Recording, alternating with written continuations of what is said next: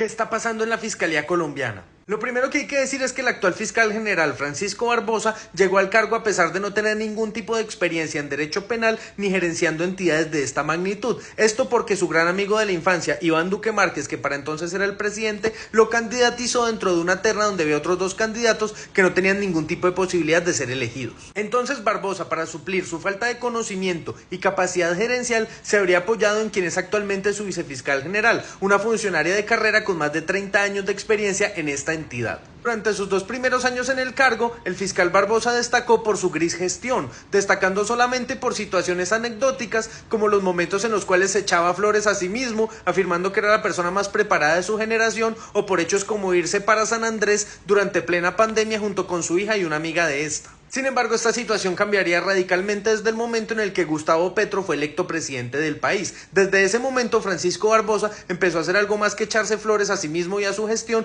para convertirse en el principal opositor del presidente, recibiendo gran bombo de varios medios tradicionales, entre los cuales destaca la revista Semana. De esa manera, Barbosa empezó a llenar el hueco que había dejado Álvaro Uribe Vélez, quien se volvió un líder bastante moderado como opositor de Petro. Y como Petro es un líder bastante confrontacional, no ha desaprovechado las posibilidades para enfrentarse a Barbosa, una situación que ha sido una constante durante estos casi 2 años de gobierno. La situación tomó matices muy graves el año pasado, cuando Petro empezó a hablar de un golpe blando en contra de su gobierno, y por el lado del fiscal Barbosa se empezó a señalar que la narrativa del presidente contra él y su gestión tenía que ver con los presuntos actos delincuenciales que habría cometido su hijo Nicolás Petro, y señala a Barbosa que supuestamente Petro tiene miedo por lo que le pudiera pasar a su hijo y por eso quería poner un fiscal de bolsillo. En respuesta a estas acusaciones, Petro se apresuró a presentar su terna de candidatas a nueva fiscal general ante la Corte Suprema de Justicia. De esta terna había una candidata que tenía algunas acusaciones de actos de corrupción dentro del escándalo de Odebrecht, que fue luego modificada. Ahora bien, yo en este punto sí tengo que señalar con toda la objetividad del mundo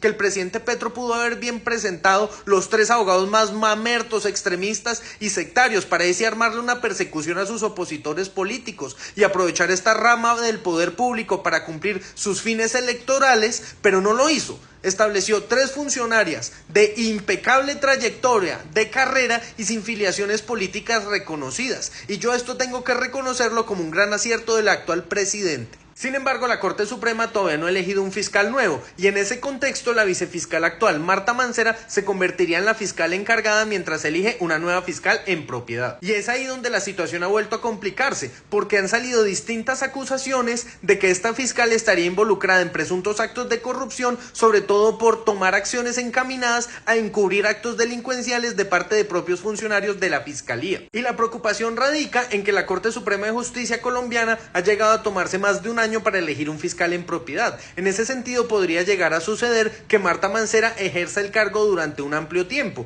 lo cual para muchas personas podría generar un riesgo muy grande de nuevos actos de corrupción dentro de la entidad. Yo frente a esta situación sí tengo que invitar a la Corte Suprema de Justicia para que lo antes posible zanje esta discusión eligiendo una fiscal que seguramente será una funcionaria de carrera que no tenga más repercusiones políticas y que de esta manera pueda devolverle algo de paz a la institucionalidad colombiana que tanto la necesita, porque la fiscalía tiene que estar luchando contra los criminales que nos afectan a los colombianos día a día, contra los ladrones, los sicarios, los abusadores, y no en una discusión política como la que nos encontramos actualmente.